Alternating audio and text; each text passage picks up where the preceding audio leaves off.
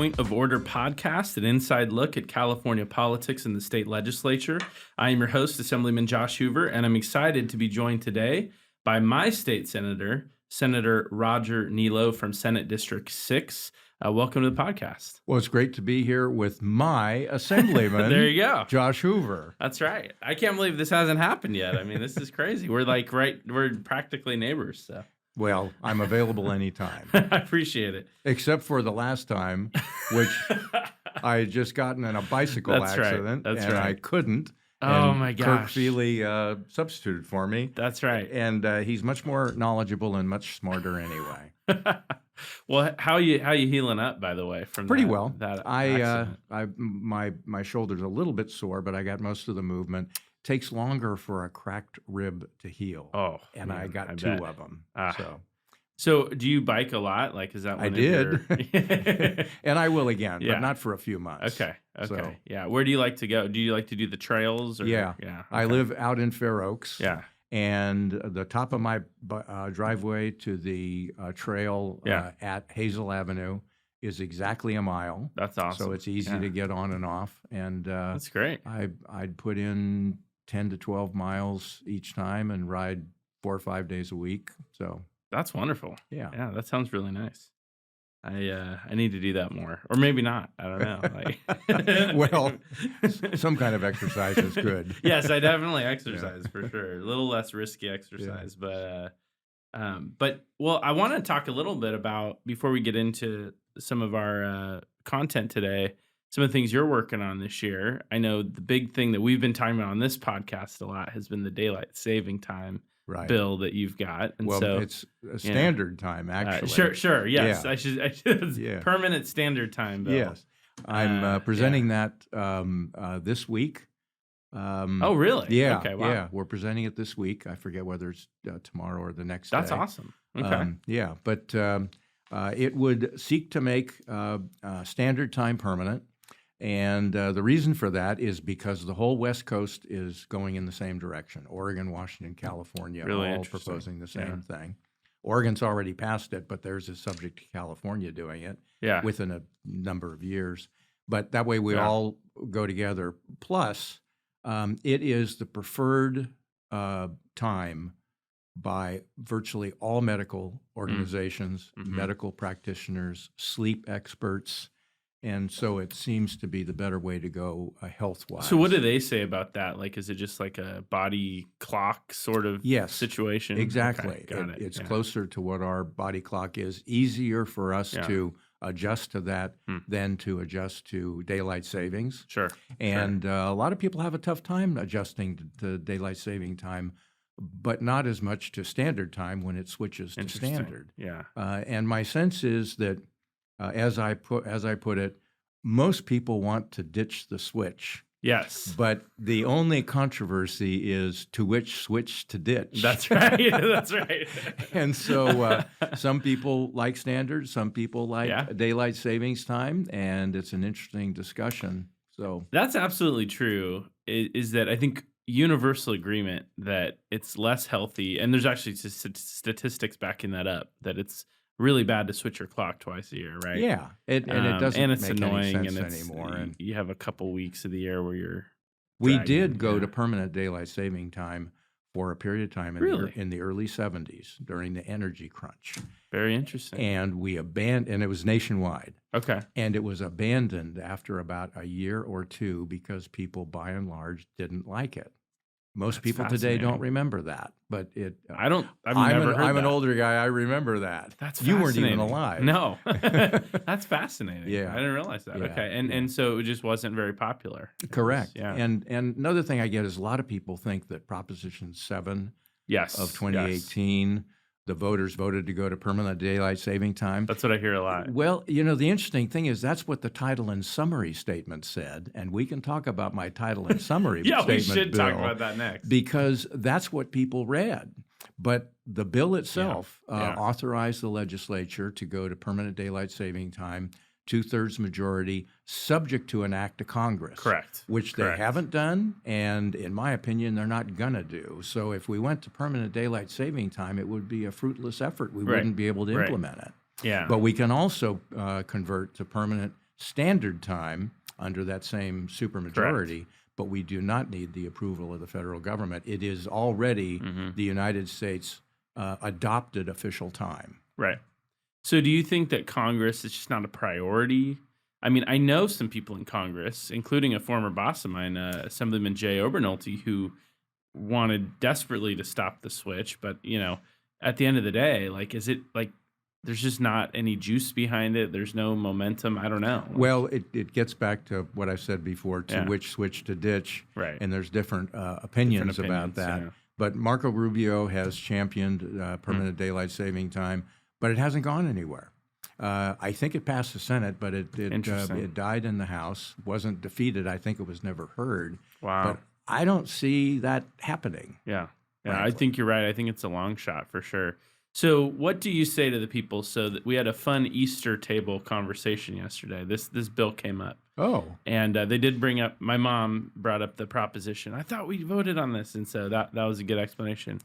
But her opinion, and by the way, I like your bill, and I was a daylight saving guy, and I think I've been close to being converted on it, just from the standpoint of I think standard time is the kind of more likely actual thing we can do, right? So I think from that standpoint, I think it's making more sense to me these days, but she is fully on the daylight saving time train and basically said, I will take the clock switch if it means, losing, versus losing all daylight saving time, right?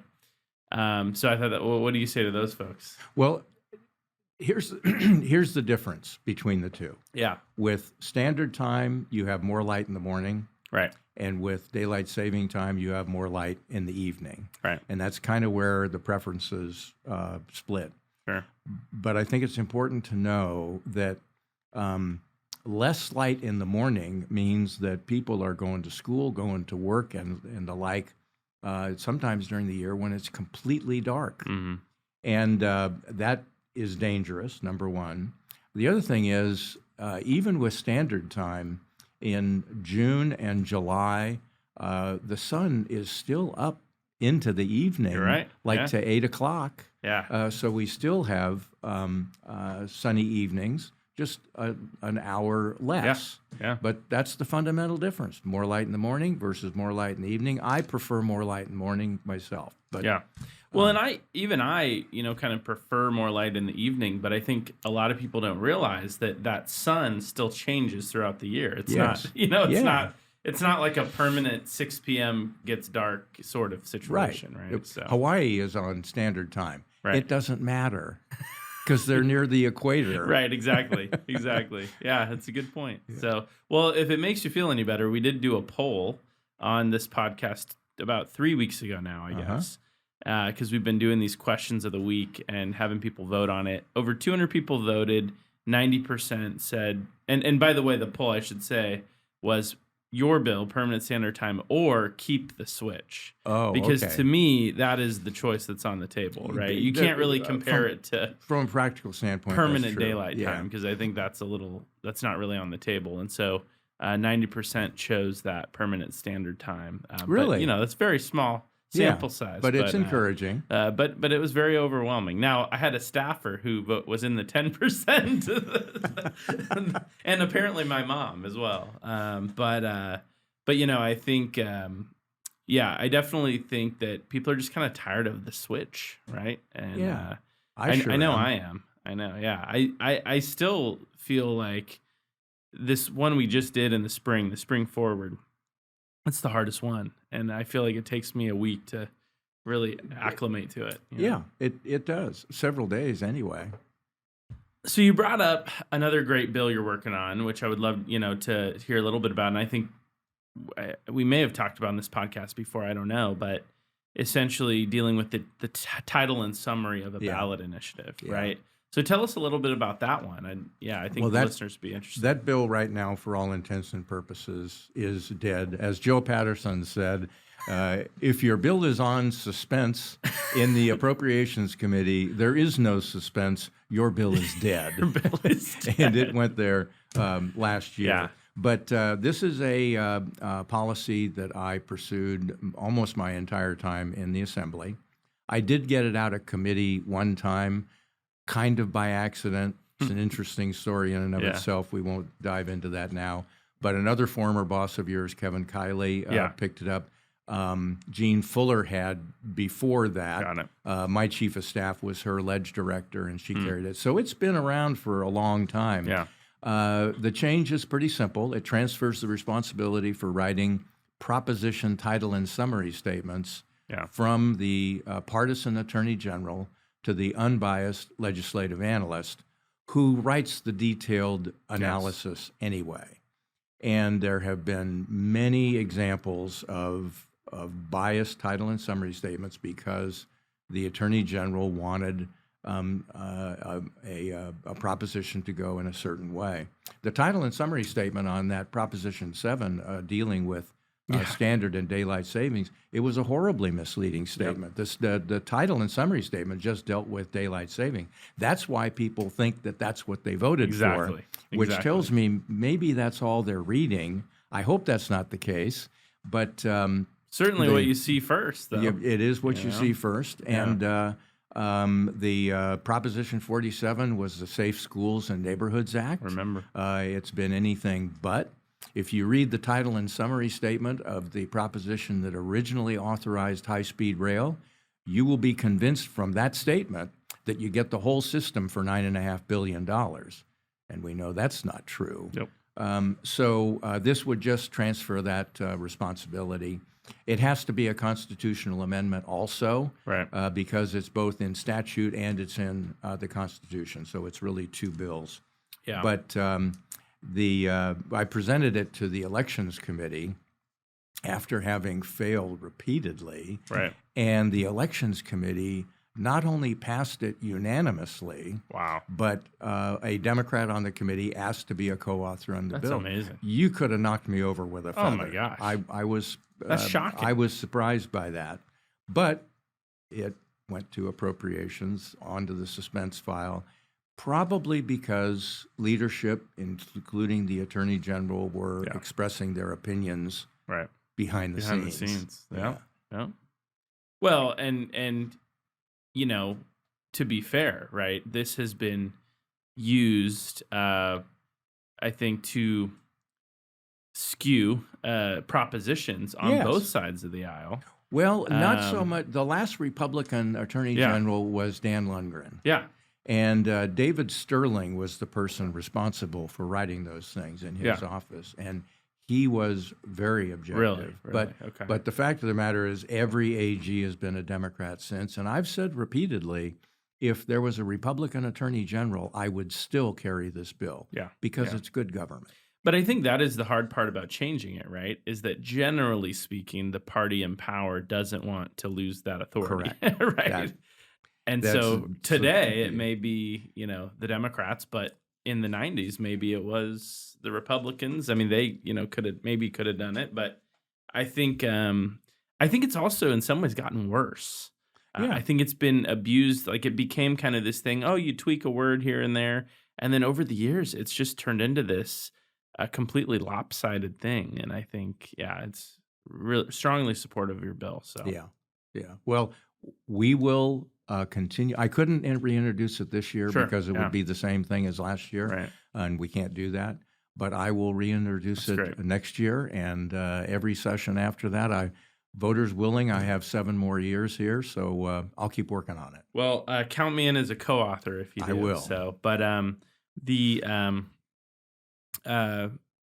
from the Assembly side, because I actually staffed that bill for my former boss, and the Assembly Elections Committee was not nearly as friendly to it. Oh, like I said, I never got it out of committee on the Assembly side, but one time, like I said, kind of by accident. It's just kind of funny, though. Like, I think we had one member of the legislature on the other side of the aisle, a Democrat member who is now in Congress, but he expressed a lot of sympathy for it. He ended up abstaining on the bill in committee, but really kind of expressed, this seems like the right way to do it, right? It seems like the fair way to do it. And he probably got his knuckles wrapped with a ruler. He may have, honestly, I don't know, but But it was interesting because you could kind of see the conflict between like, these committee analyses are kind of written from a very specific standpoint, right? But then like members, including myself and you, I'm sure sometimes where you read your own side's analysis and you think, well, I get those points, but also I kind of feel this way too, so. Well, the thing is, the committee analysis is supposed to be an unbiased analysis. Correct. And some of them are. Mm-hmm. Some of them are pretty good. But there are some analyses that I read that are so biased. My first bill last year, I forget even what the bill was, but I was at home and reading the committee analysis on it, and I sent an email message to my chief of staff and ledger director and said, I don't think I even want to present this bill now. It really discouraged me, and I got over that pretty quickly. Yeah. But and there's a few that I'm working on now that are not only skewed but also leave out some very important information. Yeah. No, But the Republican analysis is supposed to be a biased one. That's they're helping us make. They're a giving decision. the other perspective. Correct. And I don't always vote that way, but we know that going into that reading. Yeah, exactly. Yeah, no, it's a great point. So, well, let's get into some fun stuff here. So we'll start with a question of the week. So we've been doing kind of a weekly poll, kind of putting it up on it. So if you, I think I failed to mention this last time, but for this week's, if you want to vote on it, go to Twitter or X at Point of Order Pod, and it'll be there to vote on for about a week. And I'll ask that question in a moment. But I got a review 2 weeks ago. So we took last week off for legislative recess. 2 weeks ago, our poll was who we picked our final 4 March Madness teams. Okay. Yeah. And then who we thought would win. And both me and then my guest 2 weeks ago was actually our intern, Ian. Not a single team that we picked is still in it. so that didn't go very well. I didn't know if you did a bracket this year. I did not. And I haven't really been following it that closely. So. It's been a very entertaining tournament, but we'll say that we won't even really talk about our poll because none of the teams even. Well, Cal's not in it, so I don't care. Well, that's how I felt about UCLA not being in it. So it's like. Well, I went to UCLA too. So yeah, but anyway, so this week's question is really more about a bill I'm actually working on. Actually, it just got introduced this week. It was a spot bill, and then we amended it, and so it's actually getting heard this week too, even though it just went into print, I think, on Friday. So it's kind of a quick pace, but essentially it is a bill that would require school districts to pass a policy that limits or restricts the use of cell phones during the school day. And, it's gotten some eyebrow raises from my caucus because, typically, and I'm in the same camp, is we feel very strongly about local control. Right. And, I was a school board member, and I feel strongly that, the state should not dictate to school districts everything that they need to do. And so I crafted this bill pretty carefully from the standpoint of we're not telling districts how they need to what their policy has to be. So there's a lot of different ways you could go about this. You could do it by grade level. You could only prohibit, for example, phones in elementary school. That would, satisfy the bill. And so there's a lot of different things you can do. The school district I came from has actually gone more to the restrictive side since I left. So when I was there, I pushed for, we passed this graduated cell phone restriction policy. So elementary was a full ban. In middle school, you had you could use it at lunch, right? But the rest of the day, it had to be off. And then in high school, there was a little more, flexibility on when you could use it. Since I left, they've actually expanded those prohibitions to the high school level, which I think is really interesting.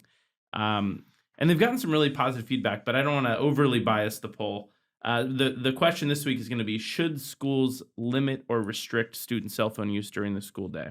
And I think that's what we'll put up on the poll, again, at Point of Order Pod on X or Twitter if you want to vote on it. But curious to know your thoughts. I mean, obviously, it's totally okay if you think this is a terrible bill too. But I think that the more that I've read about this issue and really experienced it in my own kids, I think it's something that I feel pretty strongly about. Well, I routinely vote against mandates on local governments. Yeah. In fact, there is this provision of mandates that the state has to pay for. Yeah, that's right. But some clever staffer about 20 or 25 years ago came up with this notion that if the local government has the ability to raise a tax or a fee in order to pay for the cost of the legislation, then it's not a state-imposed mandate. I don't know if that's been changed since. That's incredible. But that was the rule when I was in the Assembly. Yeah. So I was thinking of proposing a bill that if that happened and if there were such tax or fee that was passed to pay for a state mandate, that tax or fee would be named after the author of the original bill. That's hilarious. I know, and that's about all it was a laugh line. But I routinely vote against mandates on local governments. That, however, is a little bit different because it's not telling them what to teach or how to teach. Correct. And if I were a teacher, a high school teacher, I would collect phones in a basket at the beginning of the period and give them back to them at the end of the period. I think it's a distraction. And I think we have to also realize that the technology that this little thing, I used to work, I was a programmer and analyst in my first career. I used to do mainframe stuff. This was back in the early 70s. These cell phones have more power in them than some of the smaller mini computers, which, by the way, would fill up this room. It's remarkable. It is. And now we have the onslaught of artificial intelligence. Correct. And I think to continue to allow the use of that technology in and during classroom time, I think is highly questionable. And so I'd be inclined to support your legislation. I haven't read the bill, though. Yeah, it's very short, so it won't take you very long. So it builds off of a bill in 2019, right, where Assemblymember Murasucci passed a bill that said essentially districts may pass a policy. Well, that's nothing. I mean, now, they can anyway. What I will say it did, and it's funny, right, how government works, right, because there was nothing precluding districts before from doing this, right? But what it did do at the local level, I was at the local level at the time, it brought it to the fore. And it gave us almost we can do this, and almost a little bit of credibility to do it, if that, which seems totally silly to me, right? That's even necessary. But it gave us the ability to say, look, the state thinks this is a priority too, so we can make it a priority. And so it gave us the little nudge that we needed to actually make it happen. Because again, it's not any sort of change like this is not always received with a lot of it's hard, right? It's a change. So, but anyway, so we're just changing that may to a shall. So it's a very short bill, but definitely check it out. I wanted one of the things that I'm gonna. We're hoping the bill passes this week in the Education Committee. The chair of the Education Committee is Al Murasucci. He's also a joint author of the bill, so I'm hoping that it passes in his committee this week. I kind of predict it will. Yes, that is the hope. The chair of the committee is a joint author. Yes, so we're thankful for his support. You're good, and thankful for his joint authorship. But there was a great article that came out last week in the Atlantic, written by Jonathan Haidt, who was one of the authors of the book, The Coddling of the American Mind. I don't know if you ever ran across that one, but it's a fantastic book about kind of, how parenting and the raising of kids has changed over the years and how it's really, changed how kids function mentally today. It goes through all the, helicopter parenting and it really emphasizes the importance of free play and independence and all these things, resilience, right? Mm-hmm. Great book, but he wrote a piece. His new book is on basically anxiety. Why are kids so anxious now? And why are the rates of mental health concerns going up in kids? And so he wrote this very long, I won't go through it all, but piece in the Atlantic basically arguing all that pieces in the Atlantic are very that long. Is a fair point. That is a fair point. But basically making the argument that something major changed in the early 2010s because that's when we started to see a lot of these increases. Oh. And what was the big change? To him, it was the use of the smartphone. We went from flip phones in the 2000s to really everyone had a smartphone by the 2010s, mm-hmm. including younger kids, and he talks about why he thinks that's a problem. But he talks about 4 norms that he thinks we need to set to break out of 4 traps that he sees. So the first one is no smartphones before high school, which I thought was interesting. And I broke down in middle school, so my kids got it and get it a little earlier than that. But I like that one. No social media before the age of 16, which I think I actually still make my kids stay off of that. And then phone-free schools. So that was the third one. And then the fourth one is more independence, free play, and responsibility in the real world, which I think is pretty hard to argue with as well. So, but I just, it's a great piece. We'll link it in the show notes too for anyone that wants to read it, the whole thing in the Atlantic. But really smart author, and I think he raises a lot of good points. Yeah, and it's interesting. Over the weekend, I saw a report on a poll that one of the questions was attitudes towards democracy. Yeah. And older Americans still believe in democracy, but younger Americans, not so much, interestingly. Interesting. Now, there is that old Winston Churchill quote that overstates the issue, that if you're not liberal when you're young, you have no heart. If you're not conservative when you're older, you have no brain. Like I said, it overstates it. Yes. I didn't say it. Winston Churchill said it. Yeah. But I saw an interesting statement by Jonah Goldberg, who publishes the Dispatch. Yeah, I get work. that. Excellent. They're way too much to read. I can't read them all. But he talked about younger people and parenting and leaning in that direction. And he said, maybe what we have is people who have been raised by helicopter parents that want a helicopter government. Yeah. I had to think about that. Very interesting. Yeah. That's very insightful, I think. Yeah.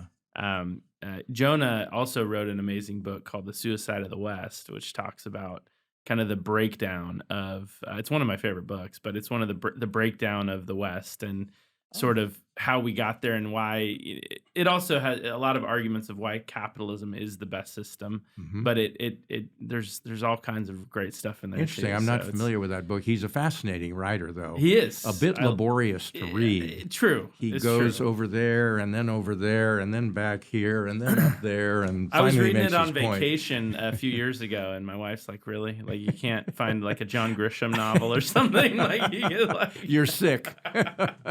I'm like, I know, I have a problem. Yeah. But no, Jonathan Haidt is a social psychologist at NYU. So that's kind of his background. And so I always appreciate, because he has an expertise I do not have, right? So appreciate that. But go to X at Point of Order Pod and go ahead and vote and let us know if you think that schools should restrict the use of cell phones during the school day. It's still Twitter to me.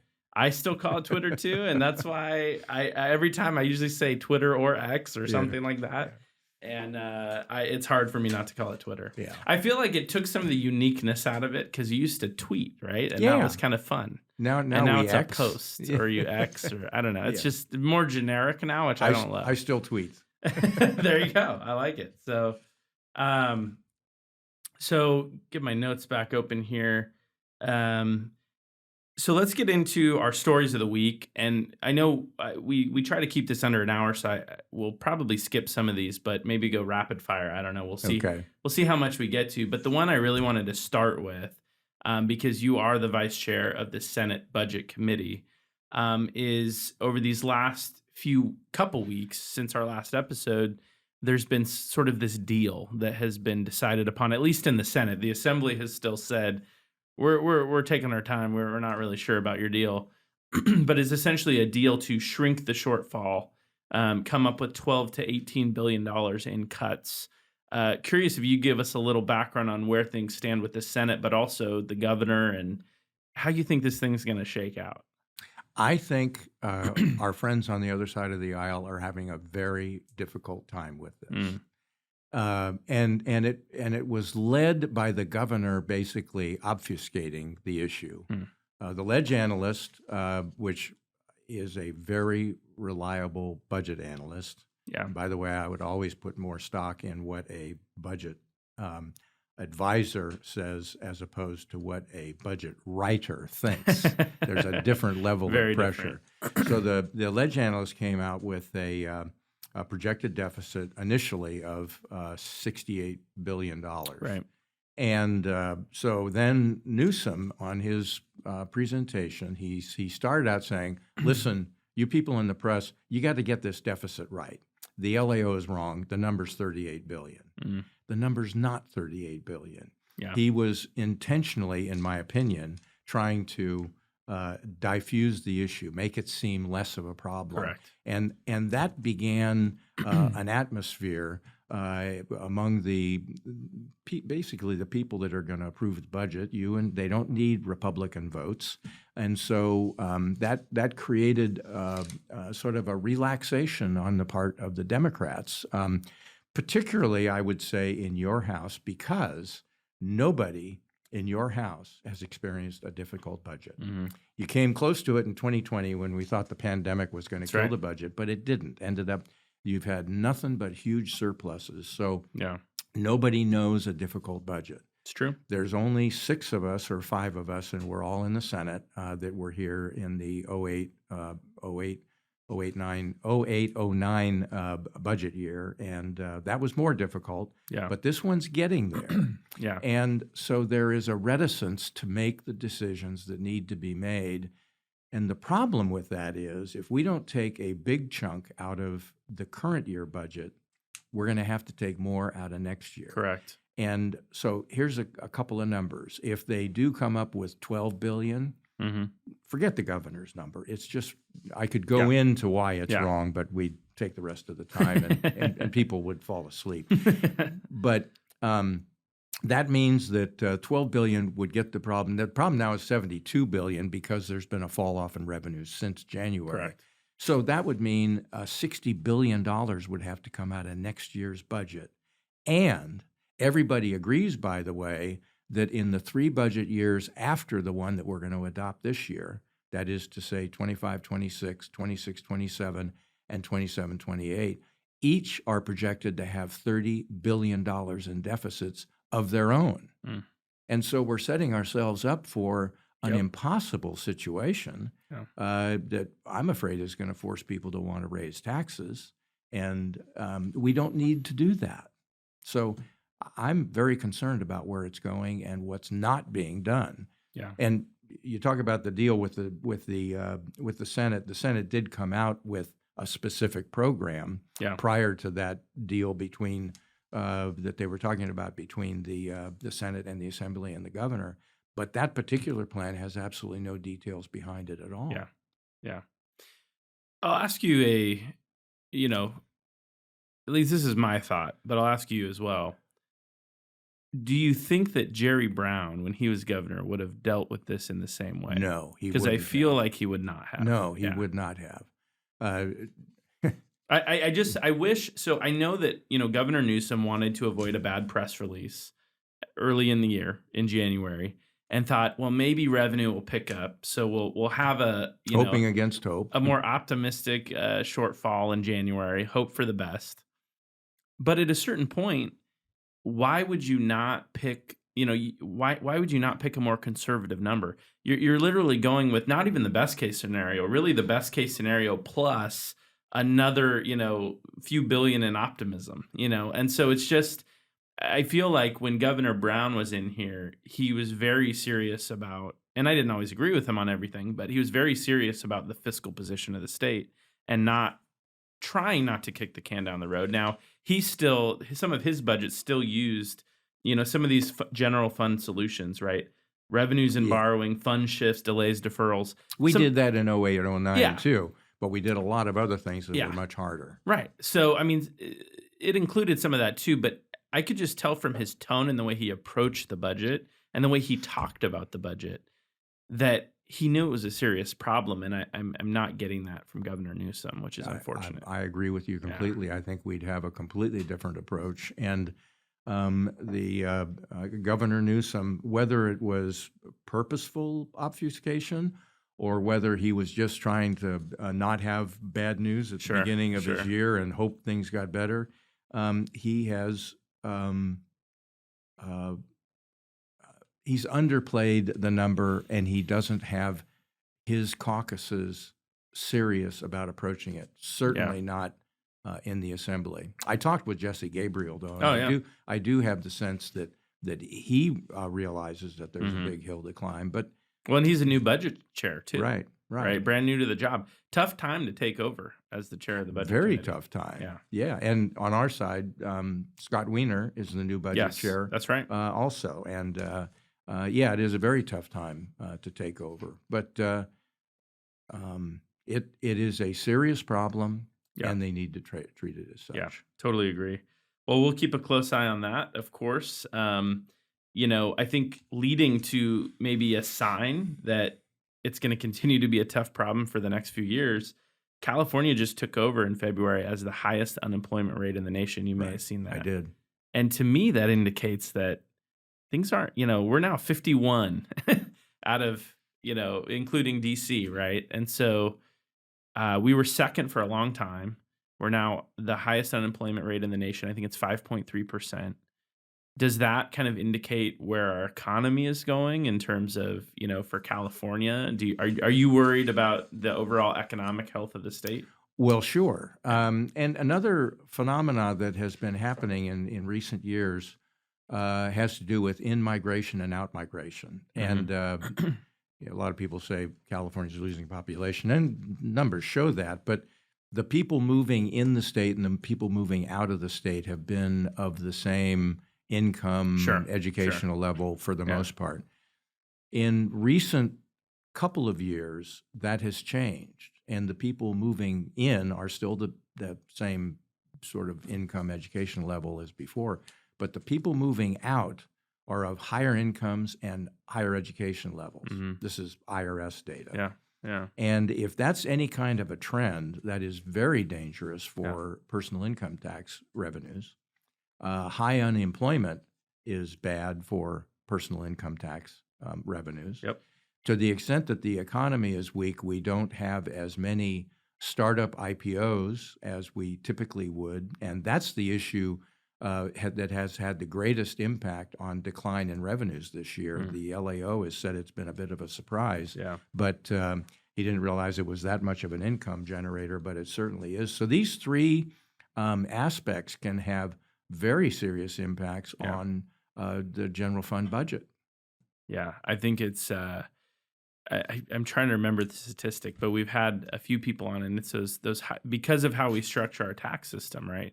Yeah. Those high income earners pay such a large percentage of the state budget, which is also why we see a lot of the volatility that we're seeing. It's exactly why we see the volatility. And so, I think that is a very concerning trend. And,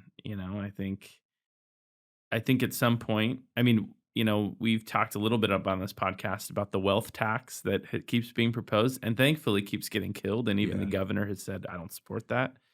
But it's just another reason for concern, and I think that is not how you want to, that's not what you need to be doing to keep people in the state, right? Yeah, and the interesting thing about that is it isn't just the burden of the tax, which is something in and of itself, but anybody who's close to that threshold, and in California there are a lot of them, they would have to have a full paid appraisal of their entire estate every 12 months. Those are expensive things to do. Yeah, that's incredible. That's another thing a lot of people don't think about. And so how long would a guy put up with that before he moved someplace else? Yeah, where I could live in 49 other states, right? So no, totally agree. So we'll go too deep into any more stories. I did want to ask you about Prop 1. So Prop 1 ended up passing by, and we can kind of connect this. So there's two stories on homelessness, and Prop 1 being one of them, because I want to get your take a little bit on the homelessness issue, because you and I actually authored an audit of homelessness spending in California. That is actually due back finally in early April, which is today. So now I doubt it'll come out today, but it will be back in the next couple weeks, I hope. And so looking forward to those results. But, couple things on the homelessness front. Prop 1, all this money behind it to pass it, barely passed 50.2% of the vote. by around 30,000 votes. I think it passed. Obviously, Prop 1 being a bond that we're going to sell to essentially provide more dollars for housing and mental health for homelessness, according to the governor. So, number one, what is your thoughts on Prop 1 barely passing? What does that say about where the voters are? But also, a federal judge in Los Angeles just ordered this giant audit of every homelessness program in Los Angeles, including the Mayor Bass's big homeless initiative.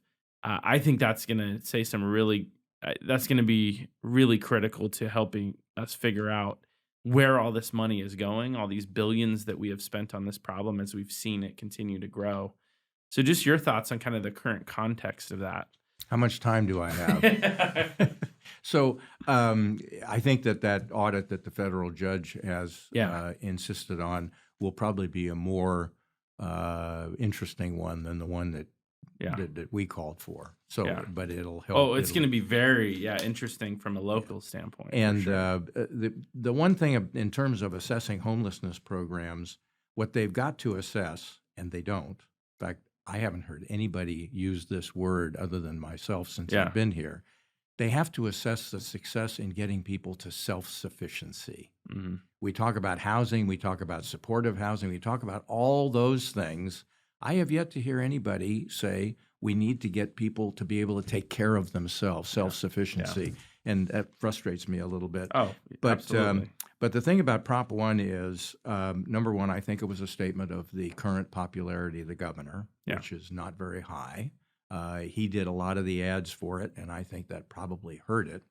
The other thing is that we could have solved the infrastructure problem during the flush budget years with budget dust. We've known we've had a shortage of mental health beds in this state for a decade or 2 decades, and we fiddled it away during the budget year. So then we run out of money and say, oh gosh, we need this. So we're going to borrow the money. It's going to cost us twice as much with interest. That's very frustrating. But the other thing is we have a shortage of mental health workers. Mm-hmm. So we'll get these beds without sufficient staff to provide the services to the patients that need it, unless we do something to fix that. And the proposition didn't do anything about that at all. And the third thing is most of the approaches since this governor became governor have been top-down programs. Mm-hmm. There's like between 30 and 35 individual programs that have been developed in the $20 billion we've spent. And all of them but one are top-down programs. Only one provided flexible funding to counties, and the governor refuses on his part to provide funding to counties for any more than one budget year. And what's really frustrating about that, as a former county supervisor, is counties have always been the health and human services providers in the state, and they've been kind of put in a back seat.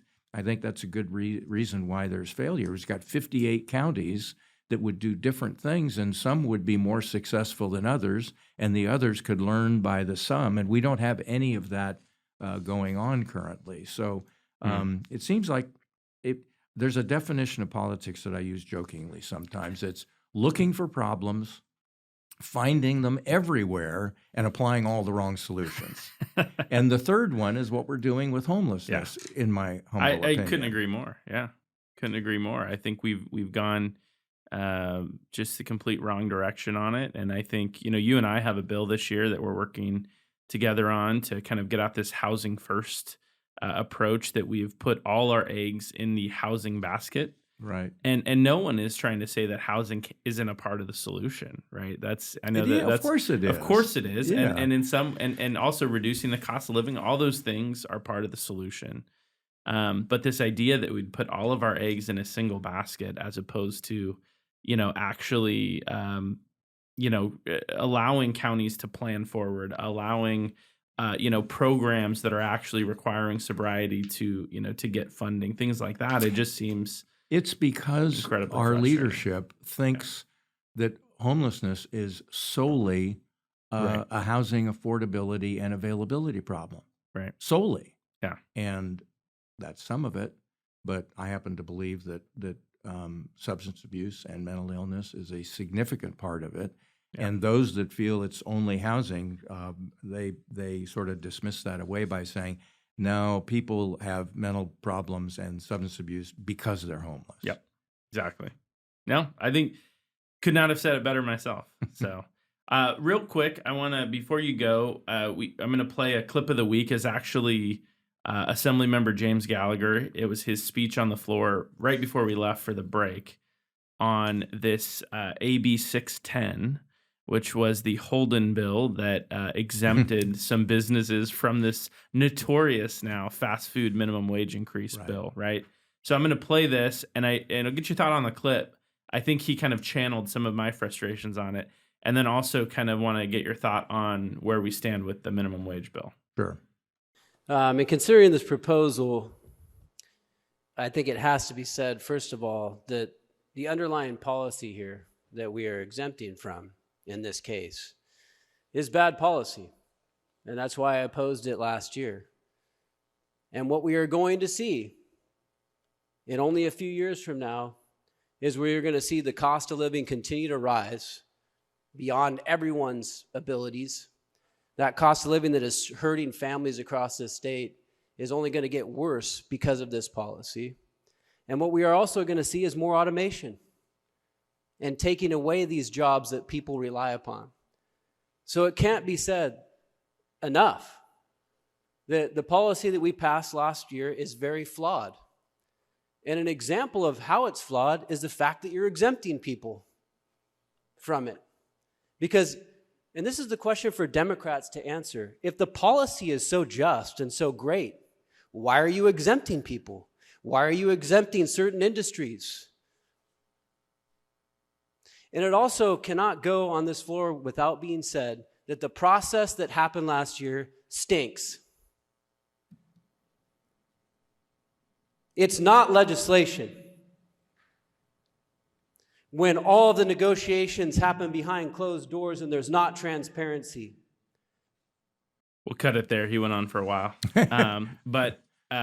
Yeah, just kind of wanted to get your thoughts before I let you go on this whole minimum wage bill and you know, all the craziness with, you know, this Panera Bread exemption, but also just what are we, April 1st, we're recording this on April 1st. Today is the day the bill goes into effect. So I think it's kind of like, this won't come out till Wednesday, but I mean, I know you've heard from a lot of our local franchisees that I think we're about to see a big jump in prices at the fast food level starting today. We already have.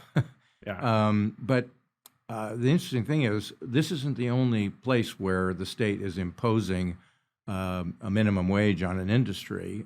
We had a bill last year also that will impose eventually $25 per hour minimum in the health industry. Yep. And with the interesting thing with regard to minimum wages is it doesn't just affect the minimum. It affects the wages all the way up the scale too. Correct. And when you have, let's talk about the $25 minimum wage in the healthcare sector, there is a requirement that exempt employees who are salaried and aren't paid by the hour have to be also paid a minimum amount per year based upon the minimum wage, and it's twice the minimum wage. Yep. And twice the minimum wage is $105,000 a year. That becomes the minimum wage for anybody in the healthcare industry that is otherwise a salaried employee. Yeah. So it has a tremendous effect beyond just what is in front of you. And it is going to drive prices up. And after Governor Newsom signed the bill, he discovered, oh gosh, this is going to affect state spending too, because we pay a lot of the health care expenses in this state anyway. Why he signed the bill and then all of a sudden, just a few months later. Gosh, kind of like the mental health beds that we could have paid for before. Oh my gosh, so we got to borrow the money. But the other thing that this shows really is who controls policy setting in this state. Mm-hmm. And in too many cases, it is labor unions, and specifically, because even on this $20 an hour wage in what is essentially the private sector, the policy discussions about what to do for exemptions and the like, it was driven by SEIU, Public Sector Union. the public sector unions in this country have a disproportionate, and I would suggest inappropriate, control on the policy setting in this state, and a significant control over what our majority party will vote for. That's the really troubling thing about this. Well, and it's amazing too, because there have been all these businesses that have been trying to figure out, do I have to pay more? So Handel's Ice Cream, there was this KCRA story last week where the owner's been trying to figure out for months. And she was told to ask the union. Yes, it's amazing. I rest my case. It's like, what? Like, we don't even know as a state, our regulators or, agencies don't even know who this bill applies to. Right. They put out this 18-point FAQ on their website, and they referred everyone to this 18-point FAQ sheet on their website, and that was all the support that they gave. So you've got Honey Baked Ham and Handel's Ice Cream and all these other companies that are like, all we want to know is what we need to do to comply with the law, and the state can't even tell us that. Right. And to me, that is just, this entire rollout from the exemptions and now this new bill that exempts airports and a bunch of other businesses, to the fact that we can't even tell business owners that are trying to follow the law, even if they hate the bill, they're trying to stay out of trouble, follow the law, can't even tell them, that it applies to you or not. And James is right. It will result in many cases of, some employees getting the $20 minimum hour, but a lot more employees getting nothing per hour. Yeah, because of the automation. Absolutely. And you're already seeing it. The kiosks happening. and Exactly. Absolutely. So you and I got a chance to make some French fries at a McDonald's last That's year. right. That was fun. Yeah, exactly. But I don't want to necessarily go do that job full time. But I thought it was fun. Well, it's a good opportunity for young people that are starting in the workforce. For sure. No, it's great, and that's the thing too. It's like, these jobs, in so many cases, I think, are going to go away, or at least there's going to be fewer of them. And so you're not going to have those opportunities, kind of going back to what we were talking about earlier about establishing independence and responsibility in the real world. That's what these types of jobs do for young people. That's right. And you're losing that if you keep passing bills like this. So frustrating. Well, Roger, thank you so much for coming on the podcast today. Thanks for having me. Any final thoughts before I let you go? Or I think we covered a lot of very good points. We did. This was fantastic. I'm glad that we could finally get you on. It really, really appreciate, your experience and, all the stuff that you bring to the table. Happy that you represent me in the Senate. So and I'm happy that you represent me in the Assembly. One quick announcement for next week. Next week, this guy actually. We're going to have Saren Taylor on the show. I know Saren well. He's with the Personal Insurance Federation of California, and we're going to be talking next week's to be a little different. We're going to just be talking about the insurance issue and kind of some of the things we're going to be looking at this year on insurance. So that's why I didn't ask you about it today, because we're going to be talking about it next week. Well, you can ask him a little bit about the budget too, because he was the chief consultant on the Republican side in the Senate. When I was vice chair of the budget in the Assembly, that's where I got to know him very well. So I'm going to have to pick his brain about that too. But he's going to be breaking down some of the things we're going to see in the insurance space this year in terms of, there was a story this week, 72,000 policies being non-renewed by State Farm, both commercial and home policies. And so it's a really tricky issue that we're going to be facing as a legislature. Made more difficult by Proposition 103, which I will point out to everybody right now. That proposition passed by a percentage point or so.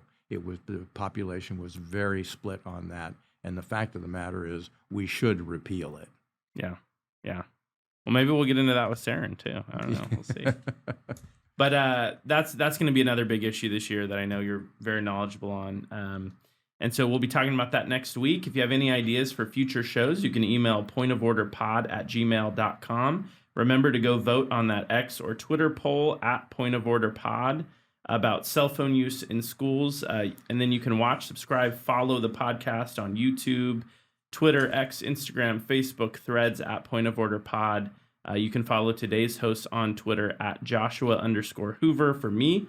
and at Roger Niello. At Roger Niello, ROGERNIELLO. There you go. All right, give him a follow. He's got some good stuff. So I'll with that, we're gonna wrap there, but we'll see you next time, Roger. Thank you very much. I really enjoyed it. All right, thanks.